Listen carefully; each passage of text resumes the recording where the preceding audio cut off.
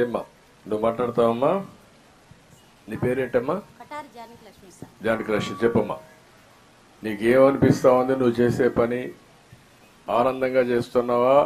చేస్తున్నాను సార్. ఎట్లా చెప్పు, అందరికి చెప్పు.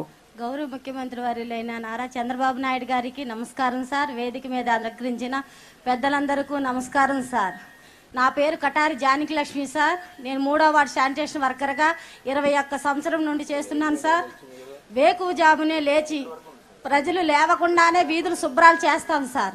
ప్రజలు లేచి చెత్తని బయట వేస్తారేమోనని డోర్ టు డోర్ కలెక్షన్ చేసి చెత్తని డంపింగ్ యార్డ్కి తరలిస్తాం సార్ మేము. అలాగే కాలువల పూడుకులు తీస్తూ మొక్కలు కొడుతూ బ్రషింగ్ చేస్తాం సార్. దోమలకి నివారణ కోసం దోమల ముందు స్ప్రే చేస్తాం సార్. సున్నం బీచింగ్ రోగ నివారణ శక్తి కోసం రోగాలు రాకుండా సార్ సున్నం బీచింగ్ కూడా కొడతాం సార్. ఎక్కడైనా ఎమర్జెంటీగా జ్వరం వచ్చింది, ఏదైనా ప్రాబ్లం అని మా దృష్టికి వస్తే మా మున్సిపాలిటీ యంత్రాంగం ముందే ఉంటుంది సార్. ఆ పరిసర ప్రాంతాలు శుభ్రం చేసి వారికి సున్నం బీచింగ్ కొట్టి దోమల ముందు స్ప్రే చేసి మేము ముందే ఉంటాం సార్. కరోనా సమయంలో కూడా సార్ కరోనా సమయంలో కూడా సార్ మేము రాత్రి పగలు తేడా లేకుండా మా బిడ్డలను వదిలేసి అందరూ ఇళ్లలో ఉంటే మేము రోడ్ల మీదే ఉండి ప్రజలకి సేవ చేశాం సార్ మేము. అలాగే వరద బాధితుల నిమిత్తం కూడా వరదలు ముప్పుకు గురైన ప్రాంతానికి విజయవాడ రావడానికి కూడా చుట్టుపక్కల ప్రాంతం నుండి 7,000 మందిని శానిటేషన్ వర్కర్లు వచ్చి మాకు కష్టమైనా సరే మేము ఇష్టంగా వారికి సంతోషంగా చేశాం సార్.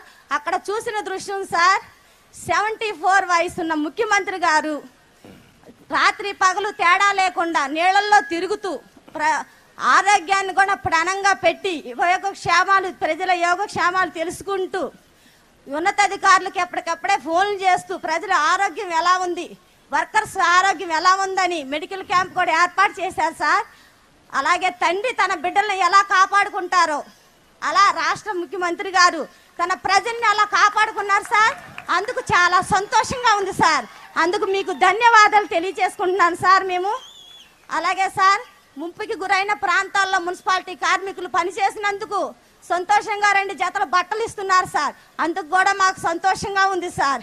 కదిలి రండి తెలుగుదేశ కార్యకర్తలారా అని చెప్పంగానే సార్ మీ కార్యకర్తలందరూ ముప్పుకి గురైన ప్రాంతంలోకి వచ్చి సేవలు చేశారు సార్. అది చాలా సంతోషంగా ఉంది సార్. అలాగే ఈ అవకాశం ఇచ్చిన సార్ మీ అందరికీ ధన్యవాదాలు తెలియచుకుంటున్నాను సార్. మా మచిలీపట్నం స్వచ్ఛ సర్వేక్షణలో నెంబర్ 1 స్థానంలో ఉండాలని మా వంతు కృషి చేయాలని చేస్తాం సార్. మాటిస్తున్నాం సార్. వెరీ నైస్, బాగా మాట్లాడావు. విజయలక్ష్మి గారు మాట్లాడమ్మా. దగ్గర పెట్టుకోమ్మా, మైక్ దగ్గర పెట్టుకో. మన గవర్నీలైన మన ముఖ్యమంత్రి గారు మాట్లాడమ్మా. మన గవర్నీలైన ముఖ్యమంత్రి గారికి నా హృదయపూర్వక నమస్కారాలు. అలాగే ఈ వేదిక అలంకరించిన అంత పెద్దలందరికీ నా నమస్కారాలు. నా పేరు విజయలక్ష్మి అండి. 19వ వార్డు వర్కర్గా పనిచేస్తున్నాను. మొన్న వచ్చిన విజయవాడ వరద నీటికి మేమందరం అక్కడికి వెళ్ళి స్పెషల్ శానిటేషన్ చేశాము.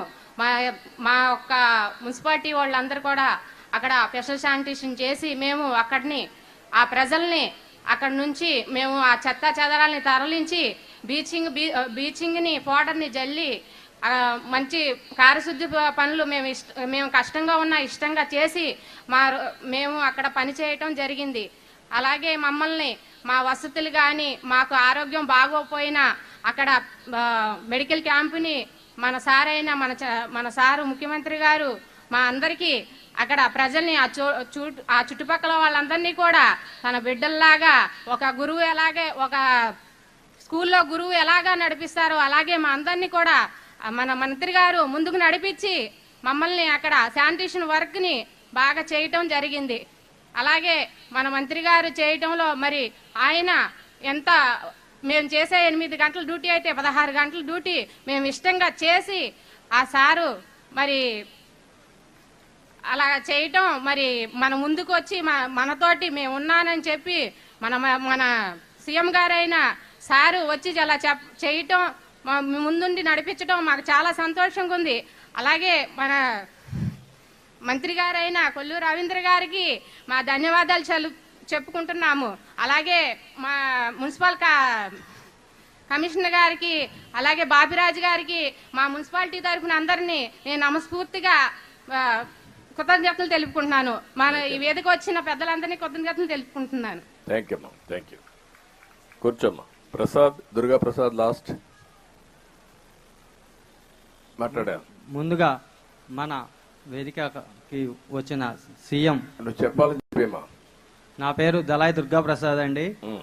పోయిన నెలలో ఇదే రోజుల్లో 1-2 తారీఖుల్లో వర్షాల కారణంగా మన విజయవాడ బొడమేరు వరద మన విజయవాడ లోతెంత ప్రాంతాలని ముంచేసింది. అక్కడికి మన సీఎం గారి ఆదేశాల మేరకు మేము అక్కడికి పనిచేయడానికి వెళ్ళాము. అక్కడికి మేము వెళ్ళిన తర్వాత నాలాంటి వర్కర్స్ ఎన్నో వేల మంది అక్కడికి వచ్చి ఉన్నారు. మేమంతా మా ప్రాణాలకి తెగించి అక్కడ పనులు చేశాము. బురదల్ని తొలగించి అక్కడ బీచింగ్లు మొత్తం శుభ్రం చేశాము. చేసిన తర్వాత మేము ఎలాగుంటామో ఎలాగుండాలో అని మేము కంగారు పడ్డాము. మాకు భోజనం కానీ అక్కడ ఉండడానికి రూములు కానీ వసతులు బాగా జరిగినాయి. అలాగే మాకు ఆరోగ్యం బాగుండడానికి అక్కడ మెడికల్ క్యాంపులు కూడా పెట్టించారు. మళ్ళీ వెళ్ళొచ్చిన తర్వాత మళ్ళీ ఇక్కడ మాకు టెస్టులు చేసి అక్కడ నీళ్ళల్లో చేసి వచ్చారు. మన వర్కర్స్ అక్కడ ఎలా ఉంటుందో అని చెప్పి మళ్ళీ ఇక్కడ టెస్టులు చేశారండి. అలాగ చేశారు. మాకు ఇలాంటి నాయకుడు మాకు అండగా ఉండగా ఇలాంటి కష్టాలు ఎన్ని వచ్చినా మేము ధైర్యంగా ఎదురుగెళ్తామని తెలియజేస్తూ ఈ అవకాశం ఇచ్చిన వేదిక మీద ఉన్న పెద్దలందరికీ ధన్యవాదాలు తెలుపుకుంటున్నాను. ఇంకా సెలవు తీసుకున్నాను sir. Thank you, thank you. Srinu, ఓ సూర్య శ్రీను. అందరికీ నమస్కారం. మన గౌరవనీయులైన రాష్ట్ర ముఖ్యమంత్రి నారా చంద్రబాబు నాయుడికి నా కృతజ్ఞతలు. నా పేరు ఓసూరు శ్రీనివాసరావు. నా వయసు 52 సంవత్సరాలు. నేను పిహెచ్ వర్కర్గా 23 సంవత్సరాలుగా పనిచేస్తున్నాను. అందులో భాగంగానే ఈ 45వ డివిజన్లోనే పనిచేస్తున్నానండి 23 సంవత్సరాలుగా. దాంట్లో భాగంగానే మన విజయవాడకి ఉప్పిన వరద ముంచెత్తిందండి. ఇమ్మీడియట్లీగా మన రాష్ట్ర మంత్రివర్యులు కొల్లు రవీంద్ర గారు స్ఫూర్తితో వీరు ఇమ్మీడియట్లీగా విజయవాడ తరలి వెళ్ళాలని చెప్పారు.